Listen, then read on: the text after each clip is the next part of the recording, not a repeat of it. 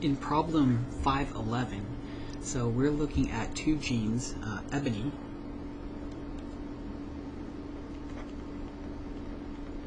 which is recessive, and so the recessive E allele, if Drosophila has two of these, well then the fly will be ebony. If it has at least one wild type allele, at least one, it will have the wild type phenotype, which I think is gray body or ebony body. And then the other gene we're going to look at is called claret, and the symbol is Ca. So claret is also a recessive mutation, and the symbol is Ca. So flies that are homozygous recessive for claret have the claret phenotype. I don't know exactly what that is, but it doesn't matter. So wild type flies have a Ca plus, at least one Ca plus allele, and it could have a Ca. It doesn't matter because the wild type allele is dominant to the mutant allele in this case. So the problem asks us, or tells us, that when we cross a female with this genotype, so E and Ca plus on one chromosome, E plus and Ca on the other chromosome, and these are linked genes, linked on chromosome 3, and we cross this with a male,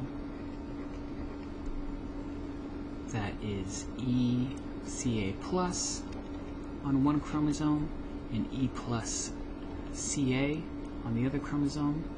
So the genotypes are identical. But interesting thing about males in Drosophila, we mentioned this in class, is that crossing over doesn't happen during meiosis in males in Drosophila. So poor males in Drosophila. Crossing over does happen in human males, thankfully. So just notice that this isn't that clear. It's a Ca.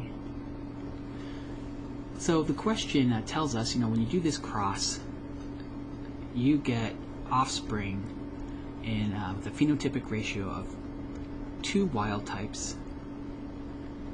They just denote that by a plus, to 1 claret, which means when you just mention the claret, that means the body, the ebony body, is not ebony, it's wild type. So 2 wild type, 1 claret to 1 ebony.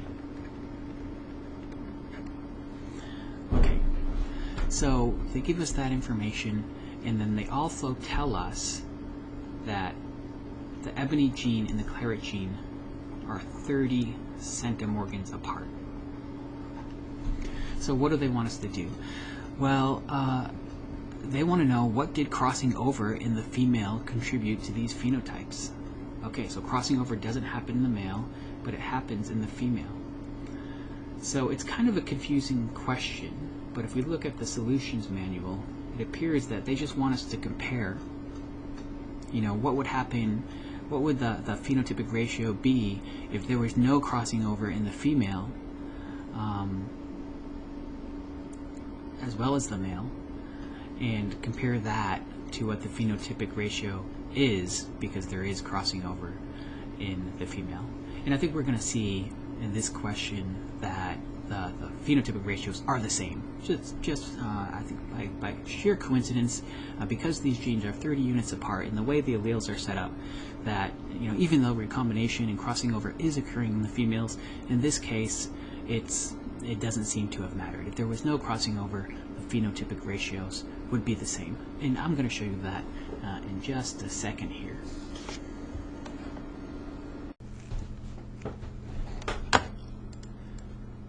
So let's first assume there's no crossing over in the female. Okay, so no crossing over. We're going to see, take the original genotype here. So ECA plus over E plus Ca. Now, if there's no crossing over, then this female here can only make 2 types of gametes. So E and Ca plus for 1, right? Because there's no crossing over. So these are linked, they can never separate. And the same thing for these two right here. So E plus and Ca. So only two types of gametes. And the male here, well, it's got the same genotype, and no crossing over occurs in the male in Drosophila. So we're assuming no crossing over occurs in the female, and crossing over doesn't happen in the male in Drosophila during meiosis. So ECA plus and E plus Ca, so again, only two types of gametes. So during fertilization here, well, this sperm here can fertilize that egg, and this one can fertilize that egg, or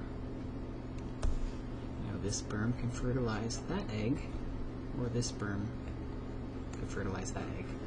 So we have four combinations possible, so four genotypes possible when these two gametes over here fertilize these two gametes over there. So let's map those out here. So ECA plus from here, I'm going to put that, I'm going to draw that like this right here. And let's say that is fertilized by each of the different sperm. So ECA plus and E plus Ca. Okay, now let's look at the other,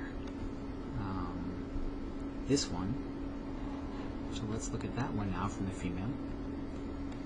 So E plus Ca over, I'm going to draw E plus Ca down here again, because two ways to fertilize that egg. With this sperm up here, ECA plus and E plus Ca. Okay, so now I'm going to take these four offspring, these genotypes here, and I'm going to copy them and move them down so we can clearly see all of them together. Okay, I'm going to take this first, copy, and paste it down here. Okay, can I move that? Okay, I'm going to put that here, and then I'm going to take these other two, I'm going to copy, and I'm going to move those right here. Okay, so four possible genotypes, assuming no crossing over in either the male or the female. Now let's look at the phenotypes. Okay, this one right here. Oh, what's going on? My pencil. Okay, so this is going to be ebony because we have two little e's here. This is going to be wild type because we have at least one plus ebony allele and one plus, well, when I say plus I mean wild type, one plus claret allele. This one here is also going to be wild type, and this one here is going to be claret. So assuming no crossing over, we have a 2 wild type to 1 claret to 1 ebony. Okay, good. So no crossing over matches the problem, and the problem told us that we should see 2 wild type to 1 claret to 1 ebony. So let's take a look at what happens when crossing over does occur between ebony and claret, and those genes are 30 centimorgans apart. We should end up with this same ratio because of the way that alleles are arranged in these two parents, and because they're 30 centimorgans apart.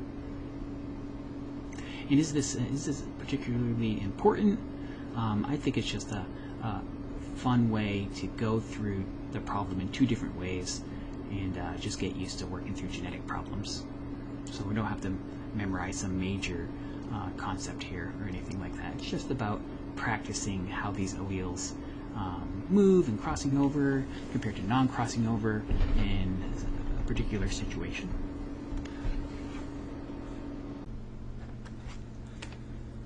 Okay, so let's look at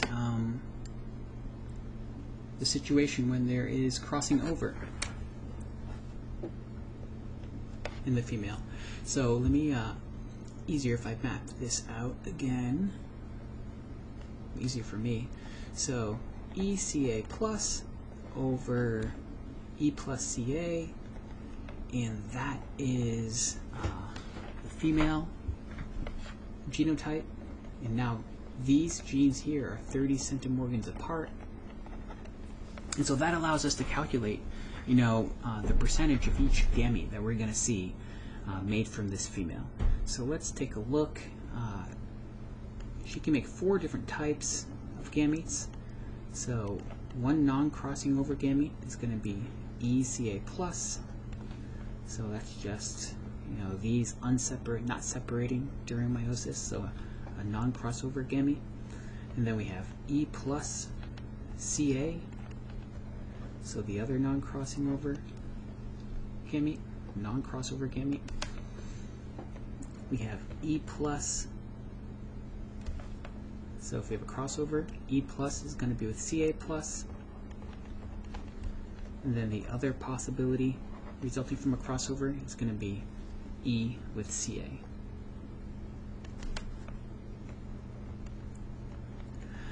Okay, so I think the easiest thing to do here is let's assume that we have 100 different gametes here, 100.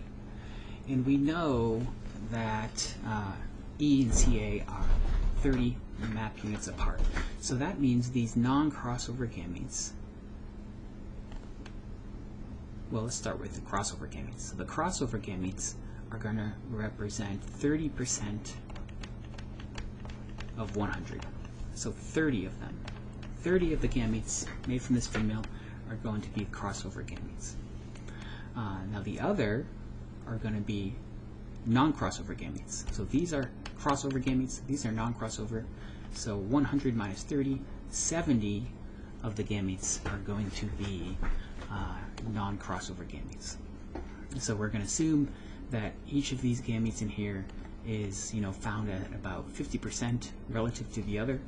So 35 of the gametes should be ECA plus, 35 should be E plus CA. Down here, 15 should be E plus CA, and 15 should be ECA. Now, these are going to be fertilized by the sperm from the male, and there's no crossing over in the male. And the male genotype, let's go up here, is the same as the female, right? ECA plus, and E plus CA, but it doesn't matter. The distance between these genes doesn't matter again because no crossing over in the male. So the male can only make 2 types of gametes. And each of these has to fertilize these female gametes over here. So what I'm going to do is I'm going to, we have to draw this out so we can see that we should see a 2 to 1 to 1 ratio. So I'm going to try and neaten this up a bit. I'm going to copy that. I'm going to paste it down here. I'm going to move it. I'm going to shrink it a little bit here. Let's see if I can shrink this. Come on. Oh, I don't want to do that. Paste again. Come on, shrink for me. Behave, please. Let's see. Use my mouse. Okay. Okay, I think that works. So now I want to follow. Hold on for a second. Let's see if I can explain this in a way that makes sense. So I am going to separate these a little bit, these possible gametes, from the female. So I'm just drawing all 4 of those depicted over here.